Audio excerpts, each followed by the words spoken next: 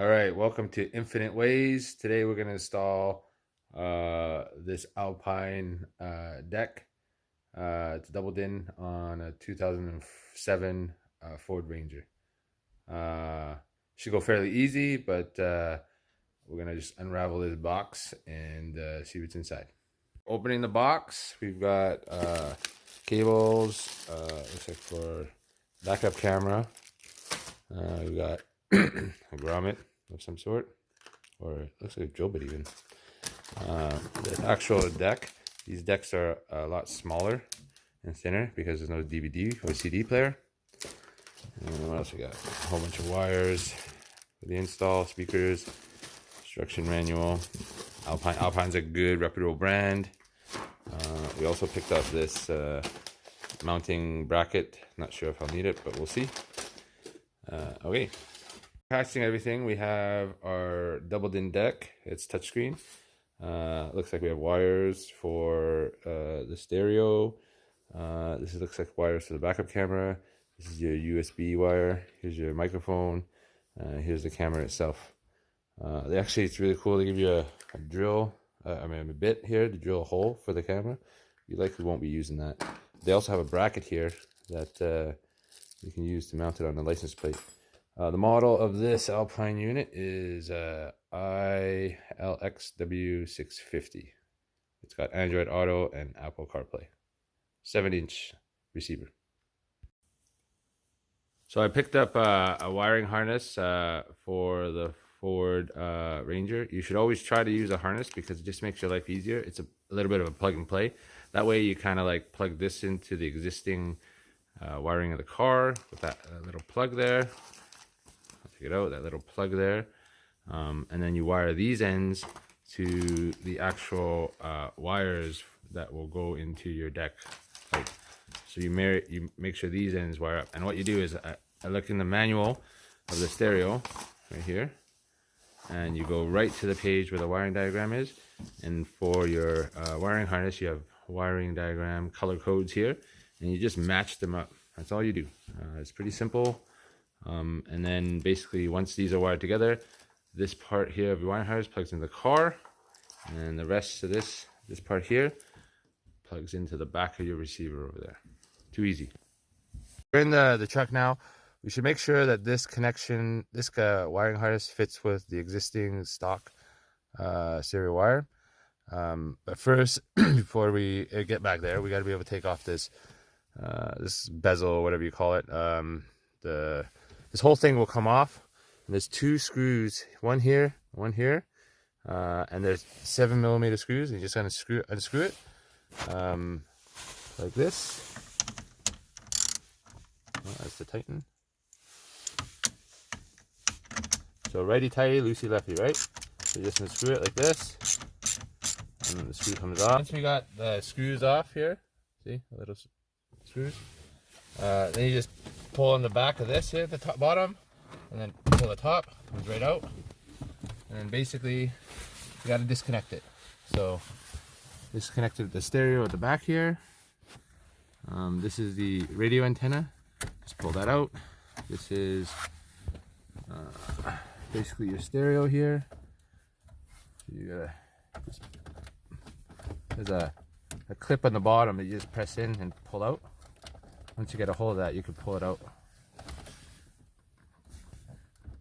It's just a little annoying. It's not coming out. I'm holding the camera.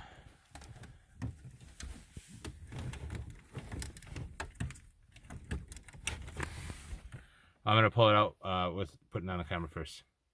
I'm able to loosen it by pushing the little tab and pulling out, so it did come out. That tab underneath is this thing here. You just had to push that in and pull it out. I just couldn't get it by holding the camera and doing it. See if this one can work. You can hear that I've got there. I got that one. There's also the cigarette lighter here that you have to pull. Light, please. And there's always a tabby thing, same thing that you pull. Oh, it's just on the side, on the bottom here. See, pulls that out, and then this one, same idea. All these things have little tabs that you just push in, pull out. Just figure out which tab is what to pull out and where. This one's a little... I was able to get that last connector off. It was a little difficult because, you know, the angle there, you didn't let me really get my finger in there. I just used a screwdriver to kind of press it and then get it loose. So now for the moment of truth, we are actually only here right now at this point just to check the harness. Okay, so this is a harness for Ford 2007 Ranger stereo, and then this is what we pulled out from the stereo, the stock stereo, and all we got to do is just make sure that this works by clicking in. Okay, it looks like it fits. So you see the wires coming from the car stereo. I'm not cutting it. Makes it a lot better. And then I can do what I want with these. And again, we will match this with the stock stereo, the new aftermarket stereo doubled in. Now we have the stereo bezel thing taken out. You just got to take this old stock stereo, and there's some clips here that basically we just got to push in here, and then this deck will come out. And then I got to make sure that the new doubled in fits in this slot. I may have to Dremel it a bit just to make it work. The best way to do this is, see, it's kind of stuck. Just kind of push, leave this on the table, push these tabs in, push that down just so it gets through the kind of slot. Do the same with the other one. And basically this deck will just come through the hole, more or less. You just have to get it. So just push it down, get it past the, see, and then do the same there, and then it slops through, and then you do the exact same on the other side. So basically, push up, push down, and now it slides right through. See? Easy as that. So now we're gonna see if this deck fits. It does not. See? There's these tabs that essentially have to be cut. So I'm gonna cut them and then place this, but it should fit in the hole. But that's what I'm gonna have to do. So now I am splicing these two connectors together, the stereo connector and the harness. And basically I don't use crimps. I find if you ever need to make a change, it's just easier to cut them, splice them, and tape them, and then you can change whatever you want. So basically I cut it, twist it, and then tape it up like this. So once you twist it, fold it back. Usually fold it back to the weaker wire, because then it fits better for a smoother tape. You be careful you don't cut too much of the copper wires, otherwise it's going to be a weak connection. So just when you do desheath your wires, just do it carefully. You're not cutting any wires. Now I'm going to show you how to splice wires. So basically I usually use about a centimeter, a little bit more maybe, and then you use your wire cutters. And the way you hold them is like this. It takes some time to get used to, but basically you just score the wire gently. I mean, you can twist a little bit, and then you use your thumb and hold your finger with the other wire and just pull.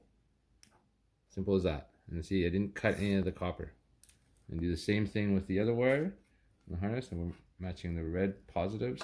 So this one already pre-cut, but that's not long enough for me to see. It's not long enough for me to basically splice.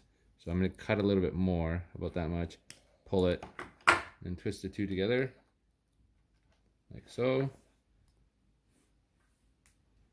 Simple, easy. Make sure it's a good twist. And then basically this one's, the wires are pretty much even size, so I just use it like that. And just pick a side. Usually you want to tape the side you bend to, it's just easier. Pick a corner, and you want to tape it in, so you want to keep it tight, just like that. You're pulling the tape across to keep it tight, like that. You just need a little bit, and you pull tape, and then cover the tape, and then it's as if that wire was connected. Sometimes you'll have your stereo deck have these connectors because, you know, I guess they think that they have the factory have a plug, or you add a plug and make it a nice connection. I don't waste my time, so I cut off the wire.